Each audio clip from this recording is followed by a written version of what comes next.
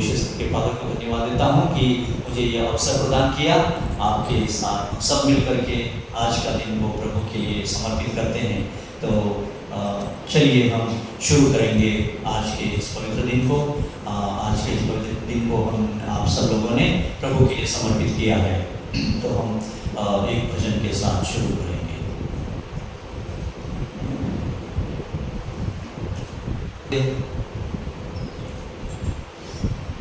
प्रभु ने हमें यह सुंदर अवसर प्रदान किया है।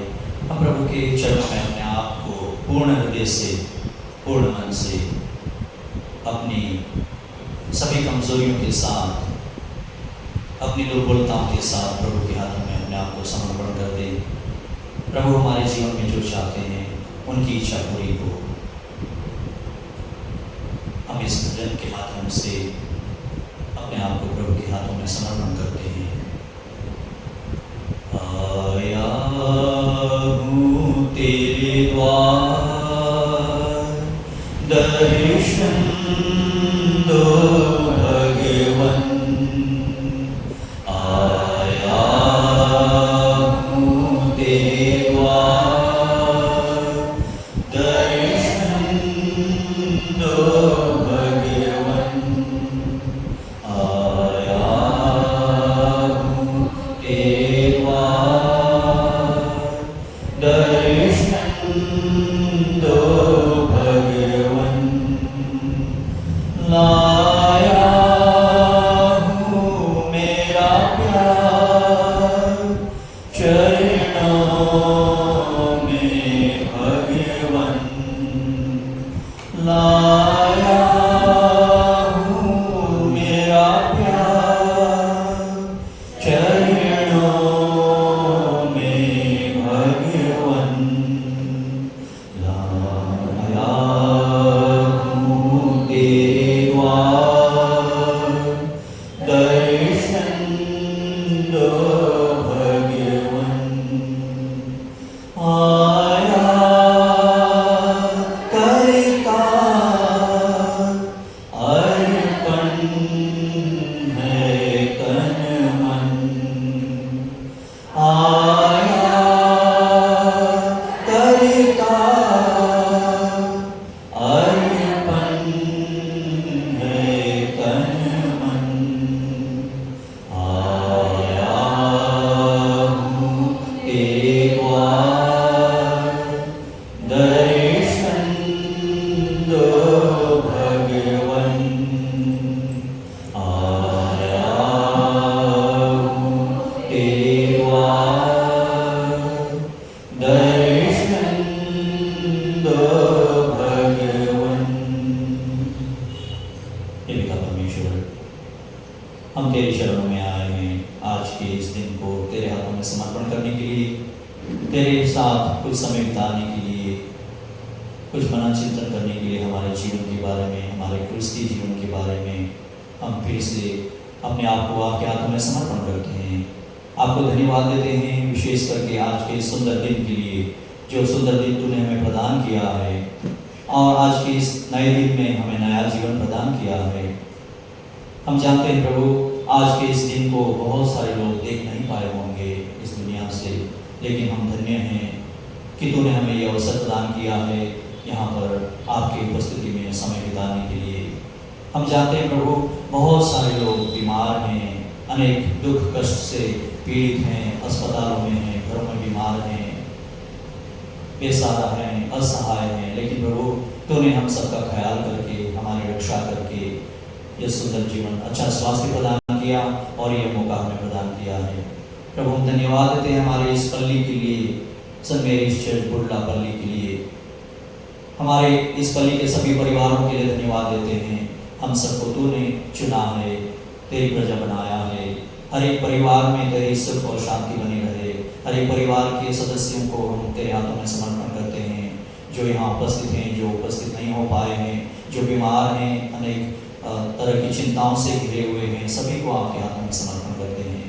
प्रभु हम समर्पण करते हैं हमारे इस पल्ली के युवाओं को और विशेष करके पूरे हमारे संबलपुर डायसिस के सभी युवक युवतियों को। प्रभु तेरी रक्षा से और तेरे मार्गदर्शन से वे अपने जीवन में अच्छा क्रिस्ती जीवन बिता सकें। हम धन्यवाद देते हैं प्रभु इस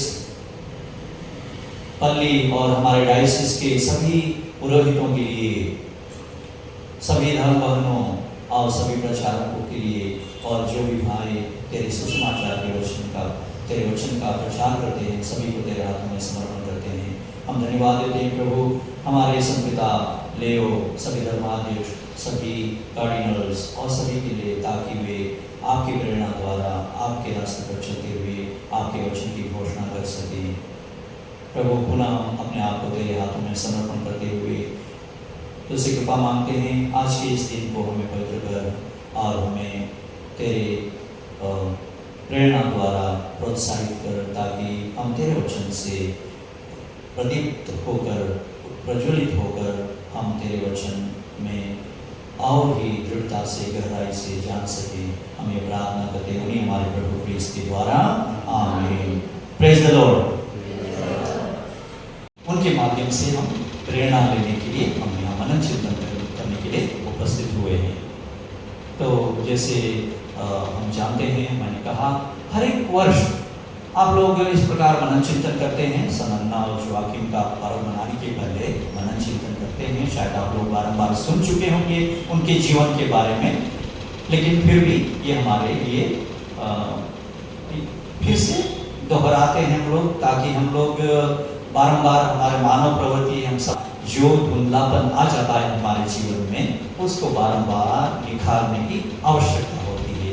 इसीलिए हम इस प्रकार का जो मनन चिंतन बारंबार करते रहते हैं। आप लोग जाते हैं, अनेक करिश्माटिक सेंटर्स में जाते हैं, ध्यान वित्ती का जो सेंटर्स हैं, पहले कोटा में जाते थे, अभी वाराणसी में जाते हैं, और कहाँ कहाँ बिलासपुर में, इधर उधर आप लोग जाते रहते हैं, शायद गए होंगे बहुत सारे लोग ना।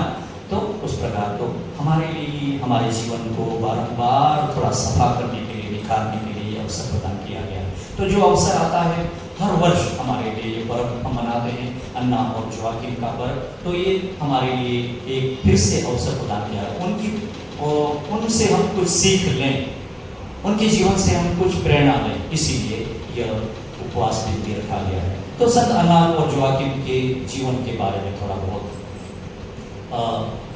तो शायद आप लोग संतों की जीवनी पढ़ते हैं, कोई पढ़ते होंगे, प्रचार पढ़ते हैं, कभी कुछ पढ़ा होगा, है ना। कहाँ से थे अन्ना जोआकिम, कहाँ से थे? थोड़ा बहुत इसमें क्विज भी हो जाएगा। कहाँ? ओके, तो कहा गया है कि करीब करीब प्रभु यीशु के आने से 50 साल पहले की बात है, और वहाँ यहूदिया प्रदेश में एक व्यक्ति जिसका नाम स्टालिन नहीं, हम लोग स्टालिन जानते हैं, स्टॉलन करके एक व्यक्ति, और एमरेंशिया करके उनकी धर्मपत्नी, स्टॉलन और एमरेंशिया, प्रभु यीशु के आने के करीब 50 साल पहले की बात है ना। तो उनके परिवार में अन्ना का जन्म होता है। स्टॉलन और एमरेंशिया के परिवार में अन्ना का जन्म होता है। प्रभु यीशु के आने से करीब 50 साल पहले की बात है। तो उनका जो परिवार था, स्टॉलन और एमरेंशिया का, तो बहुत ही धार्मिक परिवार, सीधा साधा परिवार, सिंपल परिवार, जिनको हम कहते हैं बहुत ही सीधा साधा गांव का परिवार। जैसे हम लोग आज भी अपने गांव में आते हैं, सब लोग बहुत सारे गांव से आकर के यहाँ शहर में बस गए हैं। आप लोग जानते हैं हमारे गांव की ज़िंदगी रोज़ किस प्रकार हम लोग रोज़मर्रा की ज़िंदगी अपने गांव में कैसे बिताते हैं, है ना। उठते हैं, साफ सफाई, ये वो, थोड़ा बहुत खेतों में काम, वो सब। तो उसी प्रकार का उनका परिवार भी था। तो उनके परिवार में भी प्रभु की कृपा छाई हुई थी, क्योंकि बहुत ही धार्मिक परिवार था। वो प्रभु यीशु के आने के पहले उस समय यहूदी क्या पढ़ते थे, कौन सा धर्म ग्रंथ पढ़ते थे?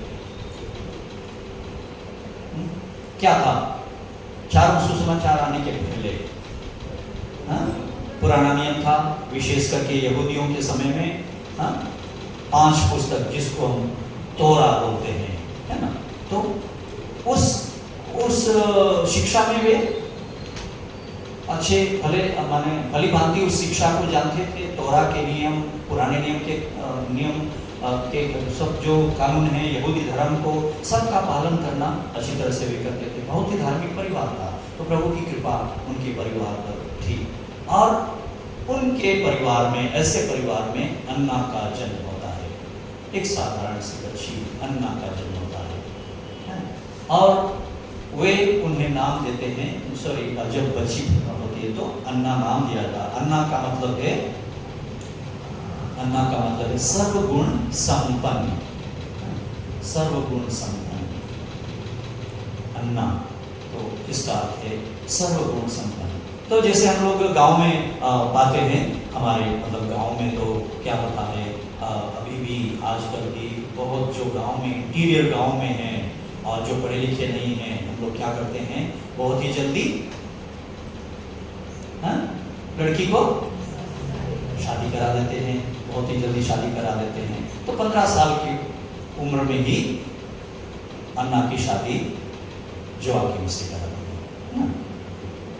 15 साल की उम्र में ही अन्ना की शादी।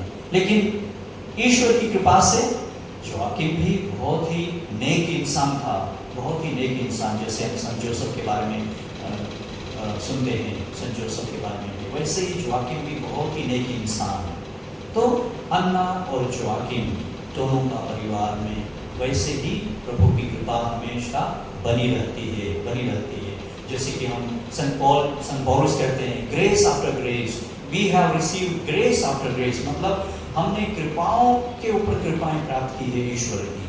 तो वैसे ही उनके परिवार में ग्रेस आफ्टर ग्रेस, प्रभु की कृपा सदा सर्वदा बनी रहती है और इनका परिवार भी बहुत ही सुखी परिवार। जरूर आजकल के सामान जैसे गाड़ी है, मोटरसाइकिल है, कार है, वो सब तो वो जमाने में नहीं था ना, है? आप लोग जो गांव से आए हैं, हम जो गांव से आए जानते हैं, हम लोग को भी कितना किलोमीटर पैदल चल रहे थे, तो वैसा ही जीवन था। लेकिन उसके बावजूद जो गांव में हमारी जिंदगी है, हम लोग ना खुश ना नेचर में, जैसे हम लोग जो गांव में रहते हैं बहुत ही अच्छा लगता है ना। जैसे मैं अभी झारसुगुड़ा से आया तो वहाँ तो झारसुगुड़ा में हम लोग तो पोल्यूशन से भरा है ना, जब समरपुर आते हैं तो अच्छा लगता है। तो वैसे जब हम गांव में निकल जाते हैं, बहुत ही सुंदर वातावरण ना, तो बहुत ही सुख शांति अनुभव करते हैं। तो ऐसा ही वो परिवार, गांव का परिवार बहुत ही सुख शांति में जीवन बिता रहे थे और धार्मिक परिवार में। तो उनके द्वारा फिर क्या होता है, ग्रेस आफ्टर ग्रेस बोलने से कृपाओं के ऊपर कृपाएं बरसती रहती है उस परिवार में। फिर तो क्या होता है ना, जोआकिम से हम लोग जानते हैं क्या हुआ, मैडम बोल रही